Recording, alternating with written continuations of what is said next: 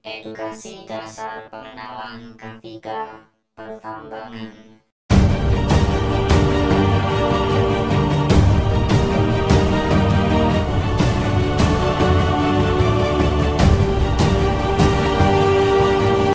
Assalamualaikum warahmatullahi wabarakatuh. Sobat safety di seluruh penjuru tanah air, saya berdoa kita semuanya hari ini sehat selalu dan senantiasa bisa menjalankan rutinitas keseharian kita dengan excellent. Obsesi kita kali ini saya akan memberikan pengenalan umum mengenai K3 pertambangan ya.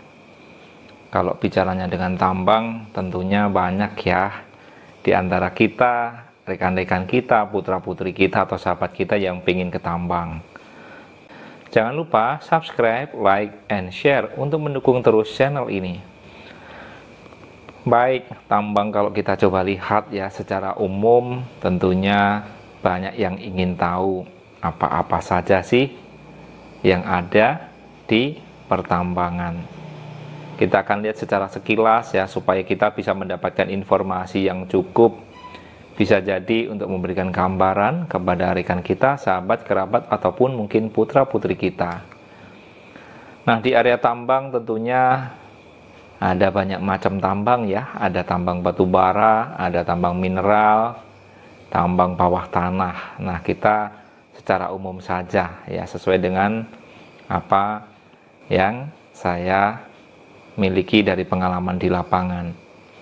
Sudut pandang yang pertama, kalau kaitannya dengan nambang, tentunya kita tidak lepas dari regulasi. Regulasi tentunya dari aspek kesehatan, keselamatan, dan juga lingkungan. Dari sudut pandang keselamatan, undang-undang yang paling mendasar di tanah air, yaitu Undang-Undang Nomor 1 Tahun 70. Yang kedua, dari sudut pandang lingkungan, yaitu Undang-Undang Nomor 32 Tahun 2009. Sedangkan kaitannya pengawasan mengenai pertambangan mineral dan batu bara ini di Permen ESDM Nomor 26 Tahun 2018. Nah, basic safety-nya secara umum ya kita ada di Kemen 1827 Tahun 2018 mengenai pelaksanaan kaidah teknik pertambangan yang baik, di mana Kemen ini dibuatkan detail petunjuk teknisnya termasuk bagaimana tentang SMKP-nya di Dirjen Minerba Nomor 185 Tahun 2019 mengenai petunjuk teknis pelaksanaan keselamatan pertambangan dan pelaksanaan penilaian dan pelaporan SMKP Minerba. Nah, untuk menjalankan roda sistem berdasarkan pertambangan ini ada yang kita kenal dengan SMKP. Ada 7 elemen di sana. Ada kebijakan di elemen 1, ada perencanaan di elemen 2, ada organisasi dan personel ini di elemen 3, ada implementasi di elemen 4, ada pemantauan dan evaluasi serta tindak lanjut di elemen 5, ada dokumentasi di elemen 6, serta tinjauan manajemen dan peningkatan kinerja ini di elemen 7. Detailnya panduannya ada di Kep Dirjen Minerba Nomor 185 ini ya. Nah, sistem manajemen keselamatan pertambangan secara garis besar ini dibagi menjadi 2, yaitu K3 dan KO ya, keselamatan operasi maksudnya. Fokusnya K3 ini untuk mencegah, menghindari dan mencegah kecelakaan serta penyakit akibat kerja. Sedangkan KO ini fokusnya adalah menciptakan kegiatan operasional pertambangan yang aman, di mana dalam menjalankan roda organisasi, kepala teknik tambang ya selaku pemimpin tertinggi di lokasi tambang disupport oleh bagian K3 atau kesehatan dan keselamatan kerja, di mana bagian K3 ini mempunyai tugas pokok yaitu menyusun statistik kecelakaan. Artinya apa? Mengumpulkan data kecelakaan dan juga kejadian berbahaya. Yang kedua, selain mengumpulkan data statistik, bagian K3 juga mengumpulkan data area berbahaya atau berisiko tinggi yang memerlukan pengawasan khusus. Yang ketiga, memberikan penerangan dan petunjuk keselamatan, ya, baik dari sisi pelatihan, contohnya ya buletin K3 atau edukasi berbasis keselamatan agar setiap proses dapat dijalankan dengan aman. Nah, yang keempat yaitu membentuk dan melatih anggota tim penyelamat tambang atau yang kita kenal dengan Emergency Response Team. Dan yang terakhir adalah melakukan evaluasi keselamatan dan kesehatan kerja. Inilah tugas pokok. Meskipun hanya 5, tetapi ini menjadi ladang amal ya kalau dilakukan dengan baik, ikhlas dan penuh komitmen. Karena apa? Bisa memberikan energi positif untuk rekan-rekan selalu bekerja dengan aman berdasarkan kaidah dan praktek pertambangan yang terbaik dalam mengelola operasional. Sementara di bagian keselamatan operasi ini juga mempunyai tanggung jawab yang cukup luar biasa.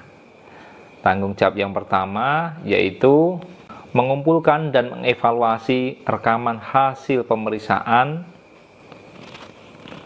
pemeliharaan sarana dan prasarana, instalasi serta peralatan pertambangan. Nah, ini tentunya aset-aset ini harus dipastikan aman.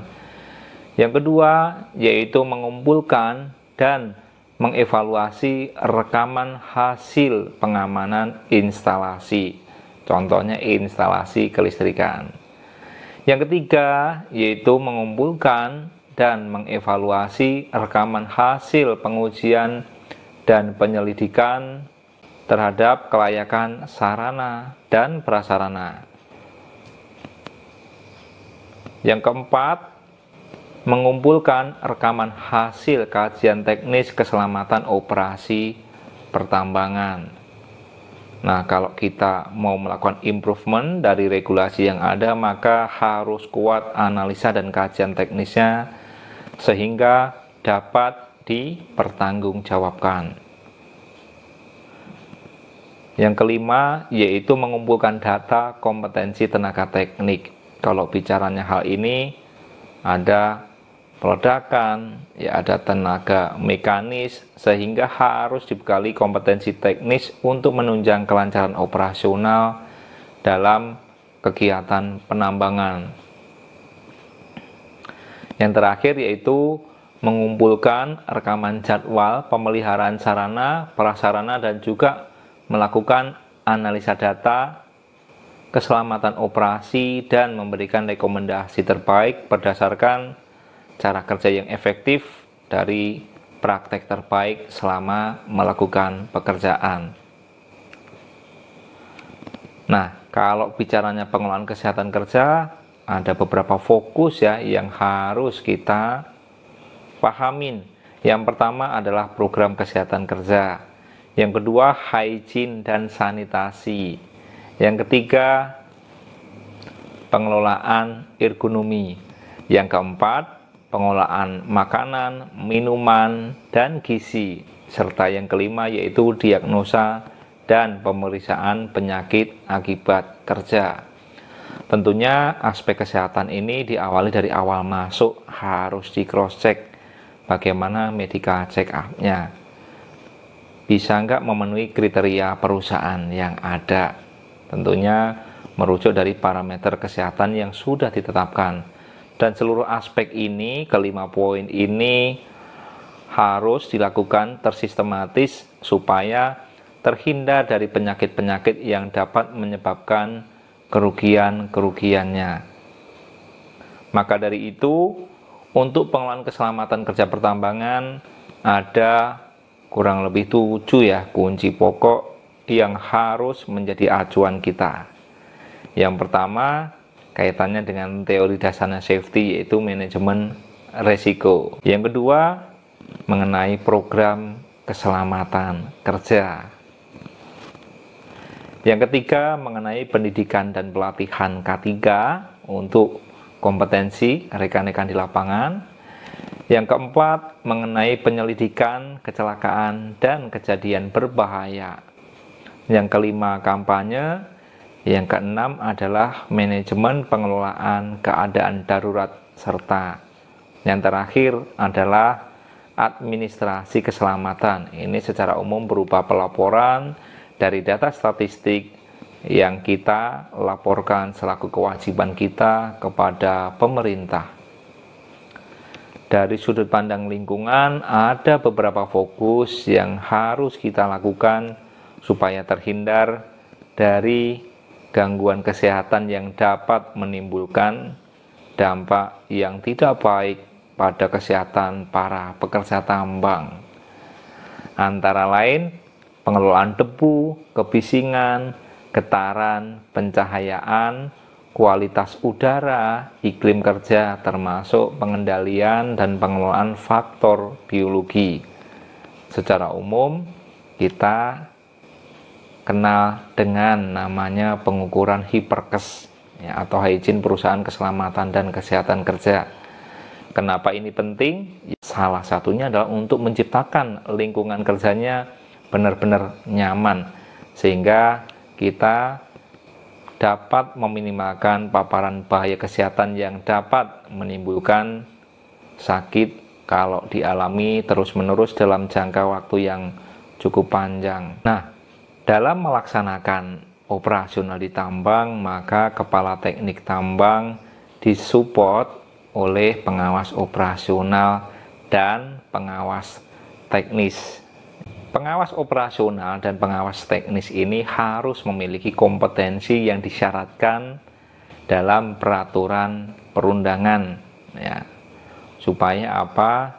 Dapat menjalankan tugas dan fungsinya sesuai dengan regulasi untuk mendapatkan kinerja safety yang semakin excellent dari waktu ke waktu.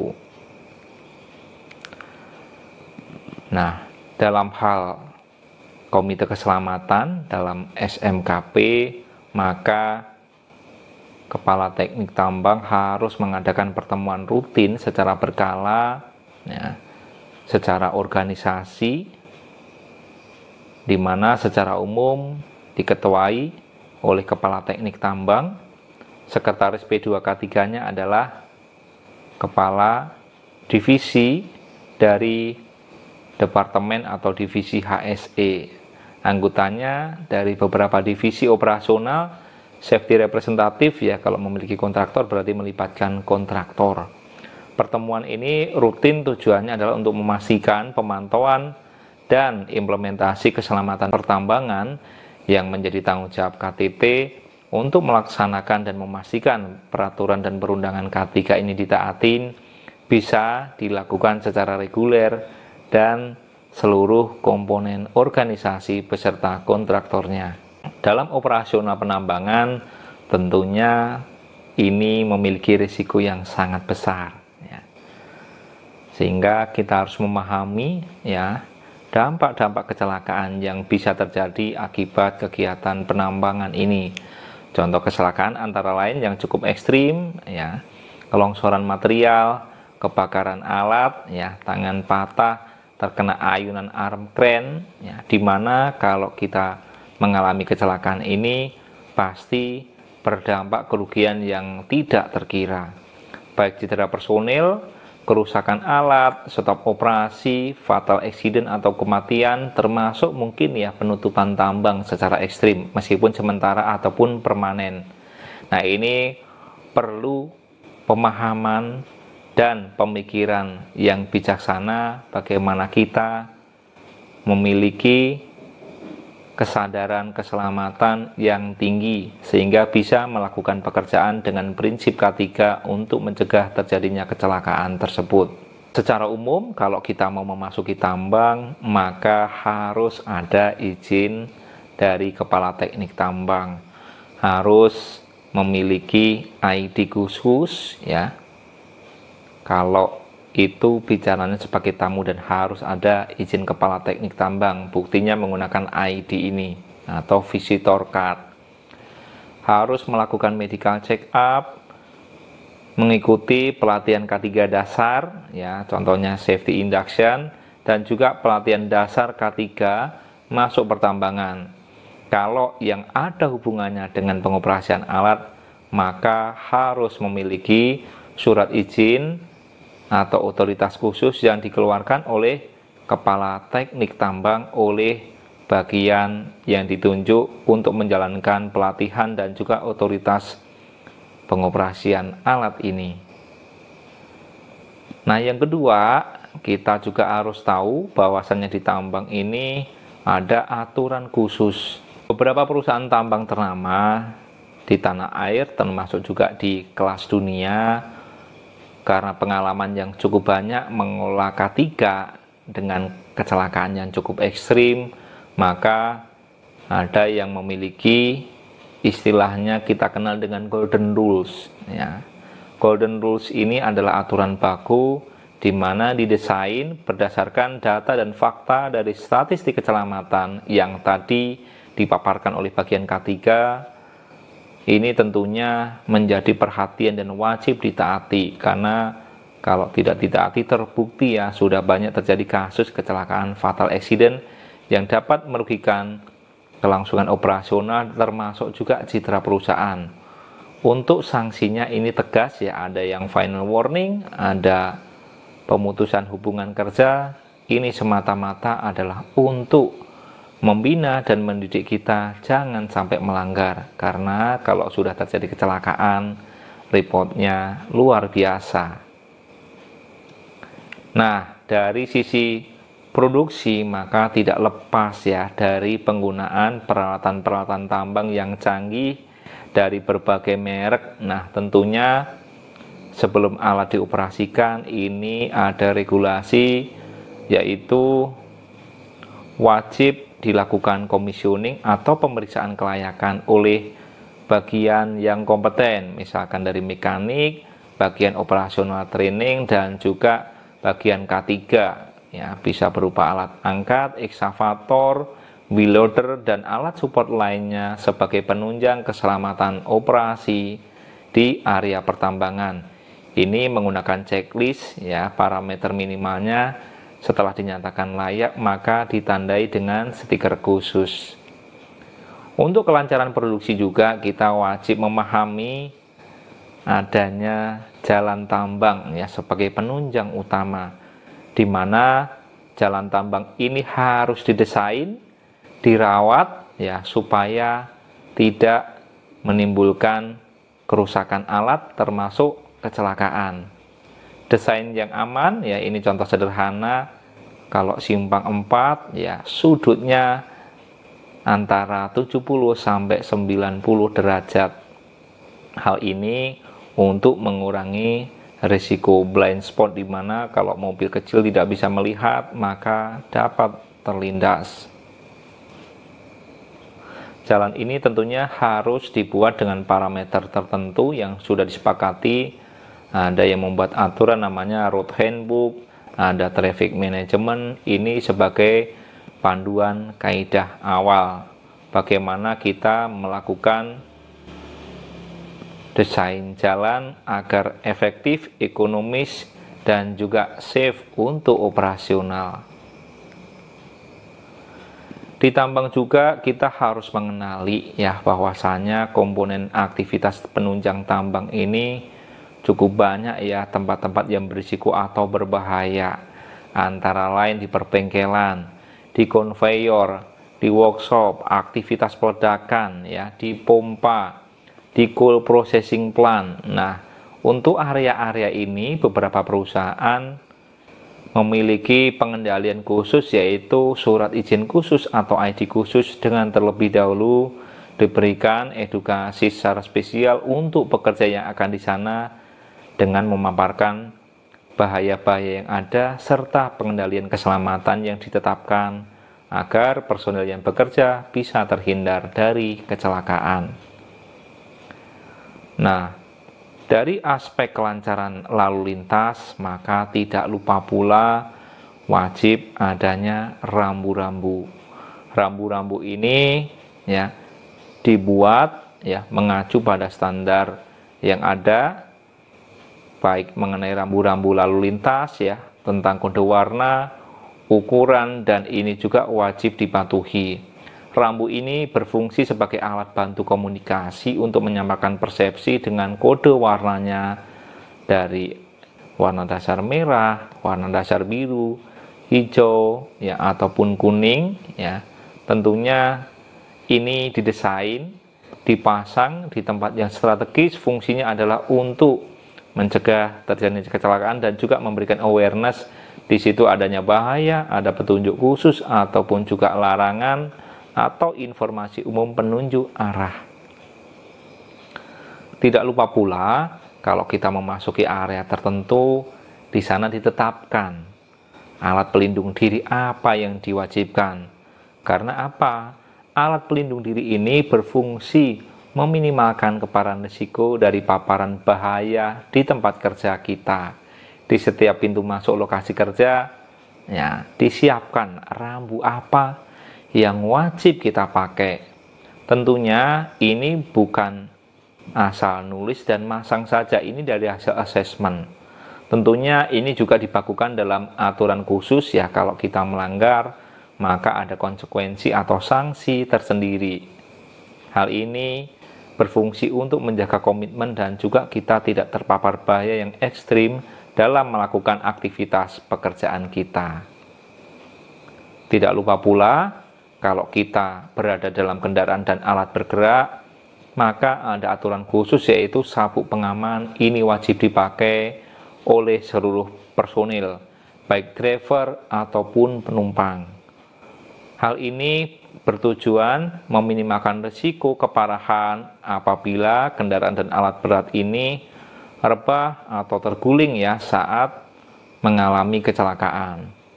Nah, untuk memastikan kepatuhan ini maka dilakukan sidak ya, tapi kita tidak perlu mendebat ya, ini adalah alat bantu keselamatan. Jadi kita wajib selalu memakainya di mana saja dan jangan melepasnya sebelum roda kendaraan benar-benar berhenti berputar untuk berhenti. Nah, di tambang juga kita juga harus tahu ya, karena lokasinya berisiko tinggi dari setiap pekerjaannya, maka ditetapkan beberapa larangan khusus supaya kita tidak terpapar bahaya yang cukup ekstrim. Antara lain, dilarang membawa minuman keras, ya, dilarang mengkonsumsi narkoba, dilarang menggunakan handphone saat mengemudi, dilarang melakukan ancaman atau intimidasi, pencurian ataupun kriminal, ataupun juga larangan membawa aksesoris bahan peledak, ya, karena ini sangat berisiko sekali dan urusannya bisa panjang ya. Selain itu, kita juga wajib memahami kewajiban-kewajiban pekerja tambang. Beberapa hal kewajiban pekerja tambang. Yang pertama, memperhatikan keselamatan diri dan orang lain. Yang kedua, melakukan dan melaksanakan instruksi yang diberikan demi keselamatan dan kesehatan diri sendiri serta orang lain. Yang ketiga, menggunakan alat keselamatan dan pelindung diri dengan benar. Yang keempat, melaporkan ke atasan apabila ada keadaan yang menurutnya dapat menimbulkan bahaya. Yang kelima, melaporkan setiap kecelakaan yang ditimbulkan oleh pekerjaan atau yang ada hubungannya dengan pekerjaan. Nah, selain itu juga secara basically atau secara mendasar, kita juga harus mengenali sumber-sumber bahaya yang ada di lokasi tambang. Secara umum ada 6, yaitu dari sumber man atau orang atau perilakunya. Yang kedua adalah cara kerja. Yang ketiga adalah material atau bahan yang digunakan untuk melakukan pekerjaan tersebut. Yang keempat bersumber dari mesin, yaitu peralatan yang mekanis, bergerak, berputar, tentunya ini bisa menimbulkan cedera. Dari lingkungan tentunya juga bisa berkontribusi, lingkungan yang tidak aman, ya, termasuk juga E, yaitu sumber energi.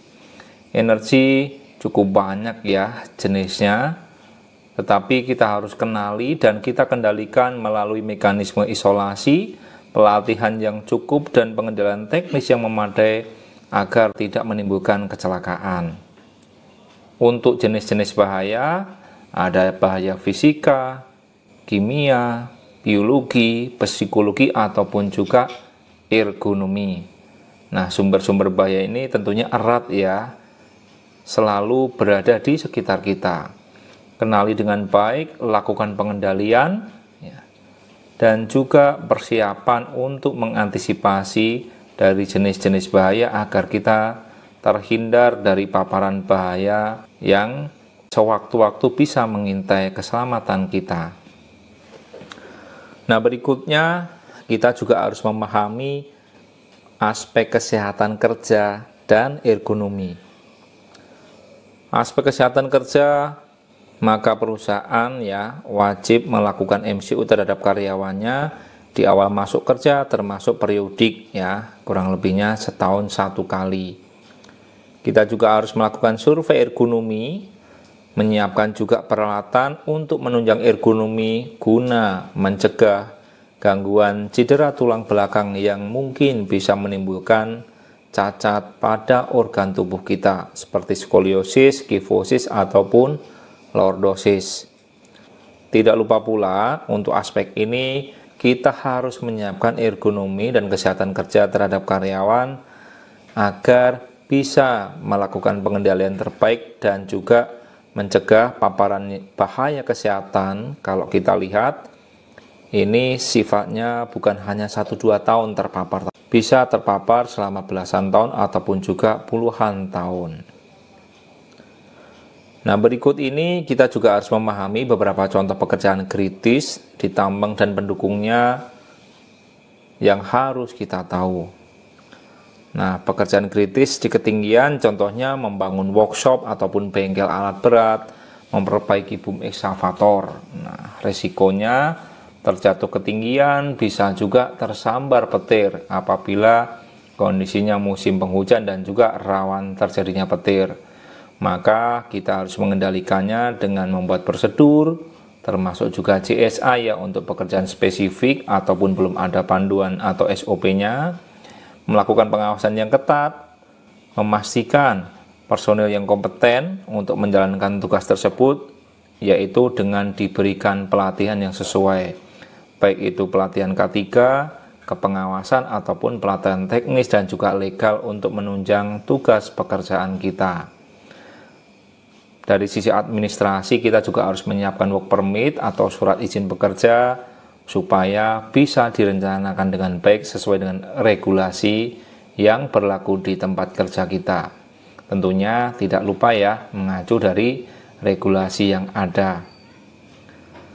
Pekerjaan kritis berikutnya yaitu melakukan peledakan atau yang kita kenal dengan blasting. Aktivitas yang berisiko yaitu peledakan di dekat perkampungan warga, atau peledakan berisiko misalkan di tengah-tengah rencana peledakan ada alat rusak yang tidak bisa dipindah, sehingga hal ini dapat menimbulkan lentingan batu atau flying rock yang kita kenal secara umum, kerusakan rumah warga akibat getaran ya yang dapat menimbulkan retakan. Nah, ini kita kendalikan dengan membuat SOP peledakan, melakukan pengukuran getaran, jarak aman minimal 500 meter, jarak amannya minimal 500 meter dengan orang, 300 meter untuk alat, serta adanya petugas khusus yang dinamakan dengan road blocker.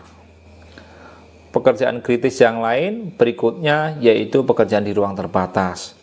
Ini sebagai pekerjaan penunjang ya, contoh ngelasi dalam tangki fuel, perbaikan pelampung di area tangki penyimpanan bahan bakar atau main tank.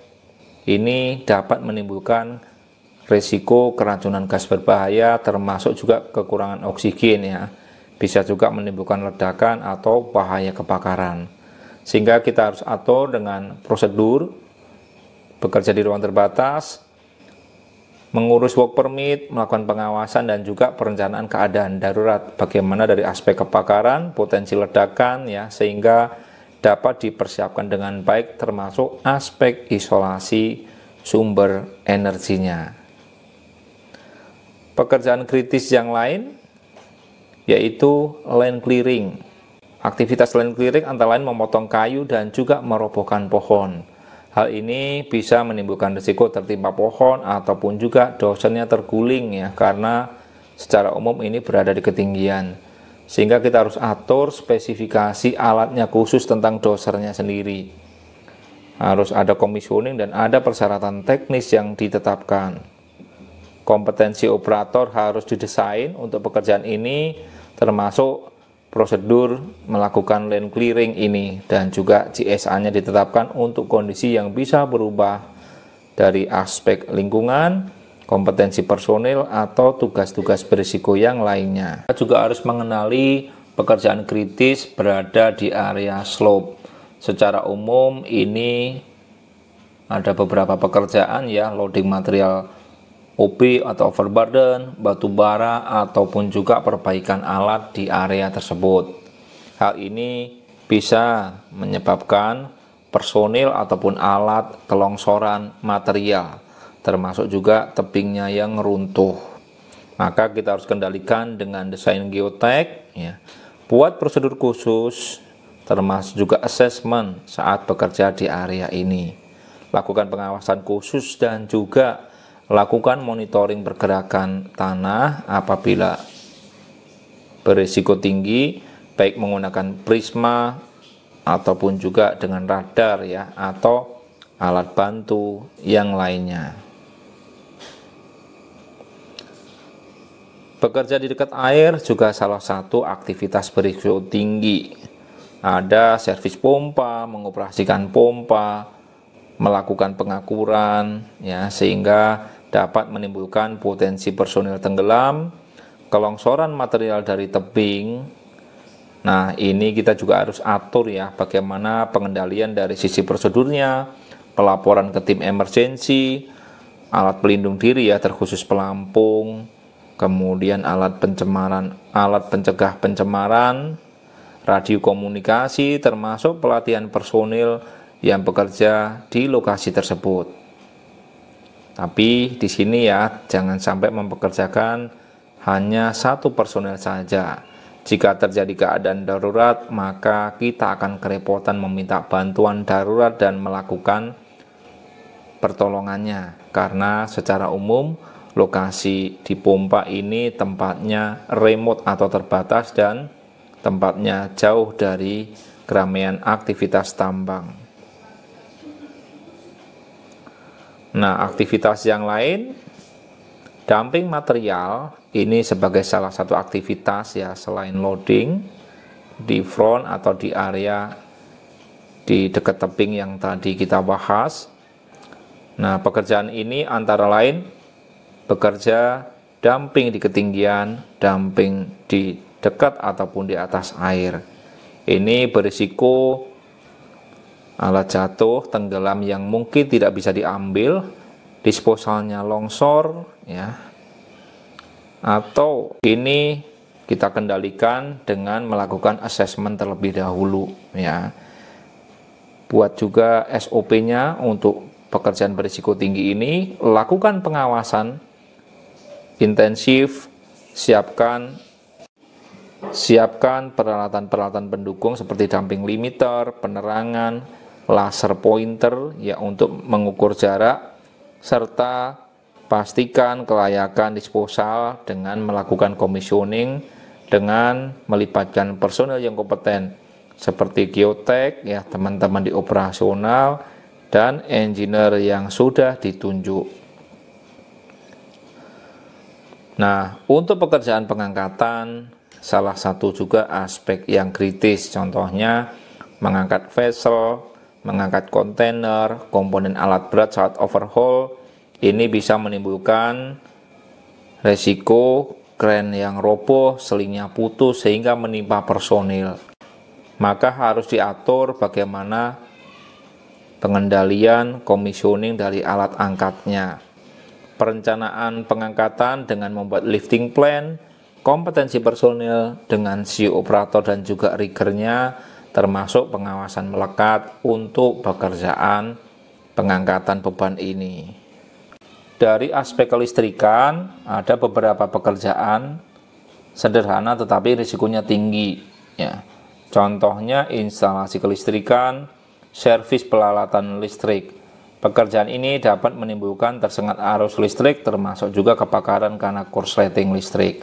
Maka kita harus kendalikan selain dengan prosedur, kompetensi personil berupa kompetensi teknisi K3 listrik, dibuktikan dengan gambar kelistrikan, harus didesain ya untuk instalasi dengan desain khusus dan wiring diagram sesuai dengan kompetensi personil, termasuk juga memberikan pelatihan khusus pendukungnya seperti first aid, JSA, termasuk juga bekerja di ketinggian.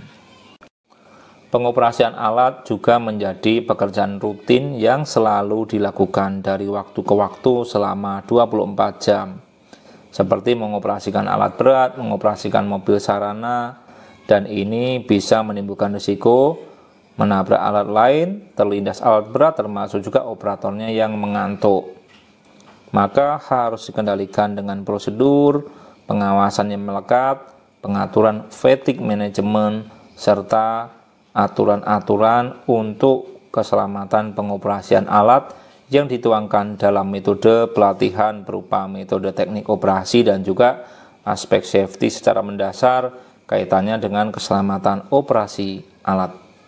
Dari aspek isolasi dan lockout untuk perbaikan alat ini juga menjadi pekerjaan yang cukup tinggi risikonya. Sebagai contoh, memperbaiki eksavator, memperbaiki dump truck yang rusak di jalan, ini bisa menyebabkan personil tersembur air radiator, mesinnya dihidupkan oleh orang lain sehingga terjadi jam ataupun jarinya cedera yang beberapa kasus diantaranya jarinya hampir putus. Maka kita harus kendalikan dengan SOP-nya, pelatihan isolasi dan lockout, CSA, serta komunikasi antar tim kerja yang memadai. Demikian ya paparan singkat terkait dengan aspek pengenalan K3 pertambangan. Mudah-mudahan informasi ini bisa menjadi pengantar yang baik untuk rekan-rekan yang ingin belajar tentang dasar-dasar K3 tambang dan juga belajar pengetahuan umum kaitannya dengan risiko bekerja di area tambang. Mari berbagi, sampaikan kepada rekan-rekan, sahabat dan kerabat yang memerlukan sehingga bisa berbagi manfaat dan menambah amal kebaikan kita semuanya. Akhirul kalam, wassalamualaikum warahmatullahi wabarakatuh.